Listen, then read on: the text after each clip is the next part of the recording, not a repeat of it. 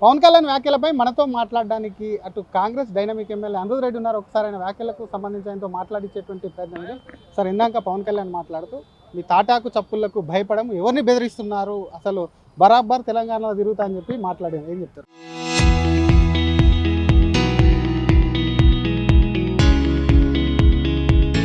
ఆయన ఎవరు భయపడిచ్చిండ్రు? ఆయనని వచ్చేసి ఆయన దగ్గర ఉండే జన సైనికులని రెచ్చగొడుతున్నాడు ఆయననే.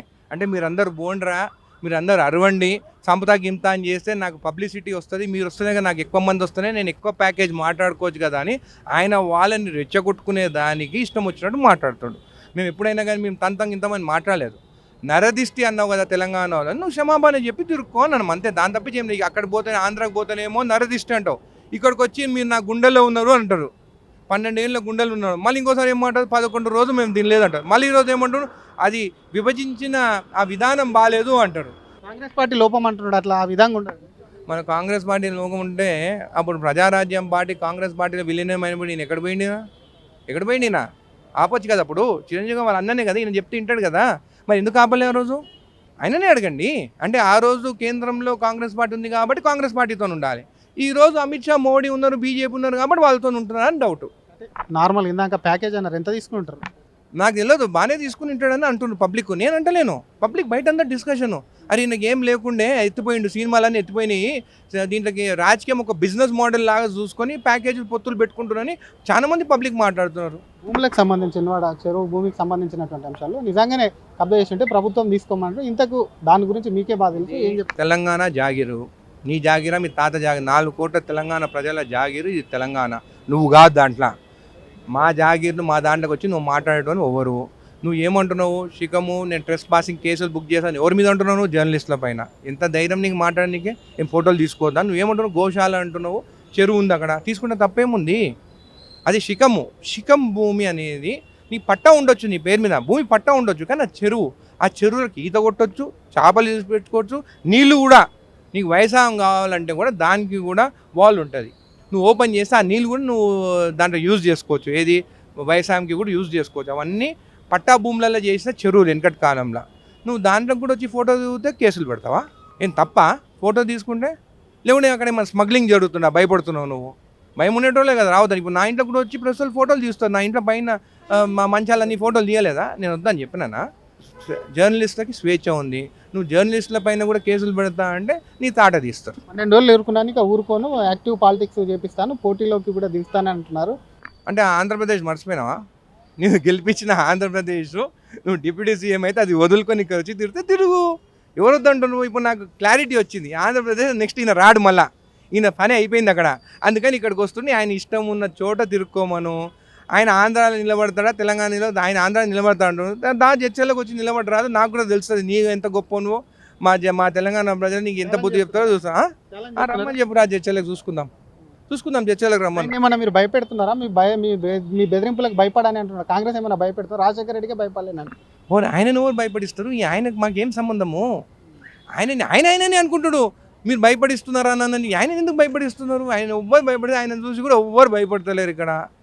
ఆయన అసలు డిప్యూటీ సీఎం అయిన తర్వాత ఆంధ్రాలో ఎన్ని రోజులు ఉన్నాడు? పాపం గెలిపించింది వాళ్ళు కదా. డిప్యూటీ సీఎం అయింది ఆంధ్రాలో వాళ్ళు కదా. మళ్ళీ వాళ్ళ దగ్గర ఎన్ని రోజులు ఉన్నాడు? ఎంతమందిని కలుస్తున్నాడు పబ్లిక్ని? ఇక్కడ మన దగ్గర ఆఫీసర్ రోజు మార్నింగ్ గ్రీవెన్సెస్ ఉంటుంది, నువ్వు కలవచ్చు మా దగ్గర వచ్చి. పవన్ కళ్యాణ్ గారు ఎంతమంది పబ్లిక్ని రోజు పొద్దున్న కలుస్తున్నాడు, వాళ్ళ గ్రీవెన్సెస్ తీసుకుంటున్నాడు. ఏదో ఒక రోజు వస్తాడు, ప్రెస్ మీట్ ఇస్తారు, ఏదో రెచ్చగొట్టే మాట్లాడి మళ్ళీ పోయి ఇంట్లో కూర్చుంటాడు. ఆయన గురించి మాట్లాడాల్సిన అవసరం లేదు. ఫస్ట్ టైం నిలబడి 2 ప్లేస్లో ఓడిపోయిన ఆయన గురించి నేను మాట్లాడను. అన్నమాట బీజేపీ టీడీపీ లేకుండా బీజేపీ, జనసేన, బీఆర్ఎస్ అన్నారు. టీడీపీ ఉండదంటారా పోటీలో? పొత్తు అన్న నాకు తెలియదు. వాళ్ళు కూడా ఎప్పుడైనా వస్తూ రావచ్చు. ఎవరు వద్దంటున్నారు? వాళ్ళు ఉండే కదా ముందు కూడా, వాళ్ళ ఆఫీస్ కూడా ఉంది కదా. వస్తే మీకు నష్టం జరగదా? సమయంలో ఎవరైనా రావచ్చు. వాళ్ళు నలుగురు కలిసి పోటీ చేయవచ్చు, నలుగురు విడివిడిగా పోటీ చేయవచ్చు, లేకుంటే ఇద్దరు ఒక్కొక్క బ్యాచ్ అయ్యి కూడా రావచ్చు. అది వాళ్ళ ఇష్టం, అది వాళ్ళ పార్టీ సిద్ధాంతాలు. మీకేం లేదా? కాంగ్రెస్కి ఏం నష్టం వస్తుంది భయం లేదు? అది సింగిల్ పార్టీ, నేషనల్ పార్టీ. మేము అట్లా మాకు అవసరం లేదు. మా పాలన బాగుంది. ఈరోజు ముదండపూర్ కూడా రిజర్వాయర్ కూడా సీఎం గారు మళ్ళీ 250 కోట్లు ఇచ్చినాడు అక్కడ R&R ప్యాకేజ్ కింద. మా రైతుల పార్టీ, రైతుల కోసం ఏమైనా చేస్తాము. మాకేం భయము? ప్రజల దీవెన మాకుంటుంది, వాళ్ళ ఆశీర్వాదం మాకుంటుంది. వాళ్ళ రాక రంగులు మార్చేటోళ్ళం కాదు. Thank you sir. ఇది అసలు పవన్ కళ్యాణ్ ఎవరు బెదిరించారు? ఆయనకైనా కూడా భయపడు, ఆయనకైనా ఏదో అనుకొని చెప్తున్నారని చెప్తుంది. దమ్ముంటే అక్కడ కాదు ఇక్కడ నా దగ్గర వచ్చి దమ్ముంటే ఇటు జడ్చర్ల నుంచి పోటీ చేయాలి, అక్కడ లేదంటే ఇక్కడ వచ్చి పోటీ చేస్తారు, ఇక్కడ నుంచి ఉండాలంటే ఏపీని మర్చిపోతారు, అసలు హైదరాబాద్లో ఎన్ని రోజులు ఉంటారు, ఇక్కడ ఎన్ని రోజులు ఉంటారు అని ప్రశ్నిస్తూనే ఆయన టీడీపీ బీఆర్ఎస్ జనసేన కలిపి కూడా పోటీలోకి వస్తే ఎవరు వచ్చినా సరే కాంగ్రెస్ను కూడా ఏం చేయలేరు అంటూ కూడా అటు కాంగ్రెస్ ఎమ్మెల్యే అనిరుద్ రెడ్డి అంటున్నారు. కెమెరామెన్ గజబ్తో శ్రీధర్, RTV, హైదరాబాద్. పవన్ కళ్యాణ్ వ్యాఖ్యలపై మనతో మాట్లాడడానికి అటు కాంగ్రెస్ డైనమిక్ ఎమ్మెల్యే అనిరుద్ రెడ్డి ఉన్నారు. ఒకసారి ఆయన వ్యాఖ్యలకు సంబంధించి ఆయనతో మాట్లాడించేటువంటి ప్రయత్నం ఉంది. సార్, ఇందాక పవన్ కళ్యాణ్ మాట్లాడుతూ మీ తాటాకు చప్పుళ్లకు భయపడము, ఎవరిని బెదిరిస్తున్నారు, అసలు బరాబర్ తెలంగాణలో తిరుగుతా అని చెప్పి మాట్లాడాను. ఏం చెప్తారు? ఆయన ఎవరు భయపడిచ్చిండ్రు? ఆయనను వచ్చేసి ఆయన దగ్గర ఉండే జన సైనికులని రెచ్చగొడుతున్నాడు ఆయననే. అంటే మీరందరూ బోండ్రా, మీరందరూ అరవండి, సంపదా గింత అని చేస్తే నాకు పబ్లిసిటీ వస్తుంది, మీరు వస్తేనే కదా నాకు ఎక్కువ మంది వస్తేనే నేను ఎక్కువ ప్యాకేజ్ మాట్లాడుకోవచ్చు కదా అని ఆయన వాళ్ళని రెచ్చగొట్టుకునే దానికి ఇష్టం వచ్చినట్టు మాట్లాడుతాడు. మేము ఎప్పుడైనా కానీ మేము తంతంగా ఇంతమంది మాట్లాడలేదు. నరదిష్టి అన్నావు కదా తెలంగాణ వాళ్ళని, నువ్వు క్షమాపణ చెప్పి తిరుక్కో అన్నాను అంతే. దాని తప్పించి ఏం లేదు. అక్కడ పోతే ఆంధ్రాకి పోతేనేమో నరదిష్టి అంటావు, ఇక్కడికి వచ్చి మీరు నా గుండెల్లో ఉన్నారు అంటారు.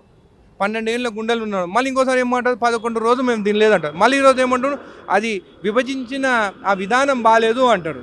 కాంగ్రెస్ పార్టీ లోపం అంటున్నాడు, అట్లా ఆ విధంగా ఉండదు. మన కాంగ్రెస్ పార్టీ లోకం ఉంటే అప్పుడు ప్రజారాజ్యం పార్టీ కాంగ్రెస్ పార్టీలో విలీనమైనప్పుడు నేను ఎక్కడ పోయిండినా ఆపొచ్చు కదా. అప్పుడు చిరంజీవి వాళ్ళ అన్ననే కదా, ఈయన చెప్తే వింటాడు కదా. మరి ఎందుకు ఆపలే ఆ రోజు? ఆయననే అడగండి. అంటే ఆ రోజు కేంద్రంలో కాంగ్రెస్ పార్టీ ఉంది కాబట్టి కాంగ్రెస్ పార్టీతో ఉండాలి. ఈ రోజు అమిత్ షా, మోడీ ఉన్నారు, బీజేపీ ఉన్నారు కాబట్టి వాళ్ళతో ఉంటున్నారు అని డౌట్. నార్మల్ ఇందాక ప్యాకేజ్ అన్నారు, ఎంత తీసుకుంటారు? నాకు తెలియదు, బాగానే తీసుకుని ఉంటాడని అంటున్నారు పబ్లిక్. నేను అంటలేను, పబ్లిక్ బయట అంతా డిస్కషను. అరే ఈయనకి ఏం లేకుండే ఎత్తిపోయిండు, సినిమాలన్నీ ఎత్తిపోయినాయి, దీంట్లోకి రాజకీయం ఒక బిజినెస్ మోడల్ లాగా చూసుకొని ప్యాకేజీలు పొత్తులు పెట్టుకుంటున్నారని చాలా మంది పబ్లిక్ మాట్లాడుతున్నారు. భూములకు సంబంధించిన చెరువు భూమికి సంబంధించినటువంటి అంశాలు నిజంగానే కబ్జా చేసి ఉంటే ప్రభుత్వం తీసుకోమంటారు. ఇంతకు దాని గురించి మీకే బాధ తెలుసు, ఏం చెప్తారు? తెలంగాణ జాగిరు, నీ జాగిరా, మీ తాత జాగిరి, 4 కోట్ల తెలంగాణ ప్రజల జాగిరు ఇది తెలంగాణ. నువ్వు కాదు దాంట్లో. మా జాగీర్ను మా దాంట్లోకి వచ్చి నువ్వు మాట్లాడేటని ఎవరు? నువ్వు ఏమంటున్నావు? శిఖము నేను ట్రెస్ పాసింగ్ కేసులు బుక్ చేశాను, ఎవరి మీద అంటున్నావు? జర్నలిస్టుల పైన.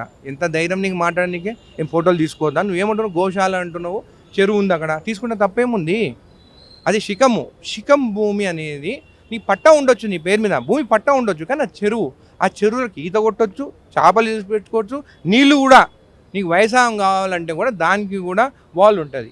నువ్వు ఓపెన్ చేస్తే ఆ నీళ్ళు కూడా నువ్వు దాంట్లో యూజ్ చేసుకోవచ్చు, ఏది వ్యవసాయంకి కూడా యూజ్ చేసుకోవచ్చు. అవన్నీ పట్టా భూములలో చేసిన చెరువులు వెనకటి కాలంలో. నువ్వు దాంట్లో కూడా వచ్చి ఫోటో దిగితే కేసులు పెడతావా? ఏం తప్ప ఫోటో తీసుకుంటే? లేకుంటే అక్కడ ఏమైనా స్మగ్లింగ్ జరుగుతున్నా భయపడుతున్నావు? నువ్వు భయం ఉండేటోళ్ళే కదా రావద్దని. ఇప్పుడు నా ఇంట్లో కూడా వచ్చి ప్రస్తుతం ఫోటోలు తీస్తాను, నా ఇంట్లో పైన మా మంచాలన్నీ ఫోటోలు తీయలేదా? నేను వద్దని చెప్పినానా? జర్నలిస్టులకి స్వేచ్ఛ ఉంది.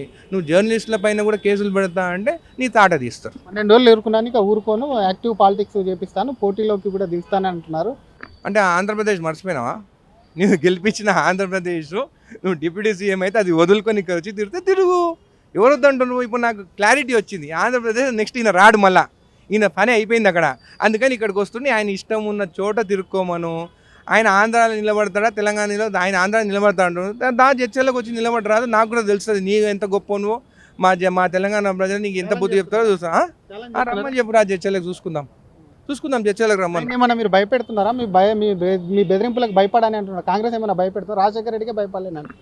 ఆయన ఎవరు భయపడిస్తారు? ఆయనకు మాకేం సంబంధము? ఆయననే అనుకుంటాడు. మీరు భయపడిస్తున్నారా నన్ను? ఆయన ఎందుకు భయపడిస్తున్నారు? ఆయన ఎవ్వరు భయపడి, ఆయన చూసి కూడా ఎవ్వరు భయపడతలేరు ఇక్కడ. ఆయన అసలు డిప్యూటీ సీఎం అయిన తర్వాత ఆంధ్రాలో ఎన్ని రోజులు ఉన్నాడు? పాపం గెలిపించింది వాళ్ళు కదా. డిప్యూటీ సీఎం అయింది ఆంధ్రాలో వాళ్ళ కదా.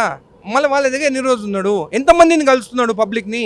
ఇక్కడ మన దగ్గర ఆఫీసర్ రోజు మార్నింగ్ గ్రీవెన్సెస్ ఉంటుంది, నువ్వు కలవచ్చు మా దగ్గర వచ్చి.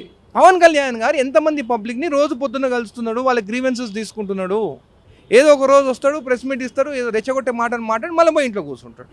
ఆయన గురించి మాట్లాడాల్సిన అవసరం లేదు. ఫస్ట్ టైం నిలబడి 2 ప్లేస్లో ఓడిపోయిన ఆయన గురించి నేను మాట్లాడను. అన్నమాట బీజేపీ టీడీపీ లేకుండా బీజేపీ జనసేన బీఆర్ఎస్ అన్నారు. టీడీపీ ఉండదంటారా పోటీలో? పొత్తు అన్న నాకు తెలియదు. వాళ్ళు కూడా ఎప్పుడైనా వస్తే రావచ్చు, ఎవరు వద్దంటున్నారు. వాళ్ళు ఉండే కదా ముందు కూడా, వాళ్ళ ఆఫీస్ కూడా ఉంది కదా. వస్తే మీకు నష్టం జరగదా? సమయంలో ఎవరైనా రావచ్చు. వాళ్ళు 4 కలిసి పోటీ చేయవచ్చు, 4 విడివిడిగా పోటీ చేయవచ్చు, లేకుంటే ఇద్దరు ఒక్కొక్క బ్యాచ్ అయ్యి కూడా రావచ్చు. అది వాళ్ళ ఇష్టం, అది వాళ్ళ పార్టీ సిద్ధాంతాలు. మీకేం లేదా? కాంగ్రెస్కి ఏం నష్టం వస్తుంది భయం లేదు? అది సింగిల్ పార్టీ, నేషనల్ పార్టీ. మేము అట్లా మాకు అవసరం లేదు. మా పాలన బాగుంది. ఈరోజు ముదండపూర్ కూడా రిజర్వాయర్ కూడా సీఎం గారు మళ్ళీ 250 కోట్లు ఇచ్చినాడు అక్కడ. R&R ప్యాకేజ్ కింద మా రైతుల పార్టీ రైతుల కోసం ఏమైనా చేస్తాము, మాకేం భయము, ప్రజల దీవెన మాకు ఉంటుంది, వాళ్ళ ఆశీర్వాదం మాకు ఉంటుంది, వాళ్ళ రాక రంగులు మార్చేటోళ్ళం కాదు. Thank you sir. ఇది అసలు పవన్ కళ్యాణ్ ఎవరు బెదిరించారు, ఆయనకైనా కూడా భయపడు, ఆయనకైనా ఏదో అనుకొని చెప్తున్నారని చెప్తుంది. దమ్ముంటే అక్కడ కాదు ఇక్కడ నా దగ్గర వచ్చి, దమ్ముంటే ఇటు జడ్చర్ల నుంచి పోటీ చేయాలి, అక్కడ లేదంటే ఇక్కడ వచ్చి పోటీ చేస్తారు, ఇక్కడ నుంచి ఉండాలంటే ఏపీని మర్చిపోతారు, అసలు హైదరాబాద్లో ఎన్ని రోజులు ఉంటారు, ఇక్కడ ఎన్ని రోజులు ఉంటారు అని ప్రశ్నిస్తుంది. ఆయన టీడీపీ, బీఆర్ఎస్, జనసేన కలిపి కూడా పోటీలోకి వస్తే ఎవరు వచ్చినా సరే కాంగ్రెస్ను కూడా ఏం చేయలేరు అంటూ కూడా అటు కాంగ్రెస్ ఎమ్మెల్యే అనిరుద్ రెడ్డి అంటున్నారు. కెమెరామెన్ గజప్తో శ్రీధర్, RTV, హైదరాబాద్.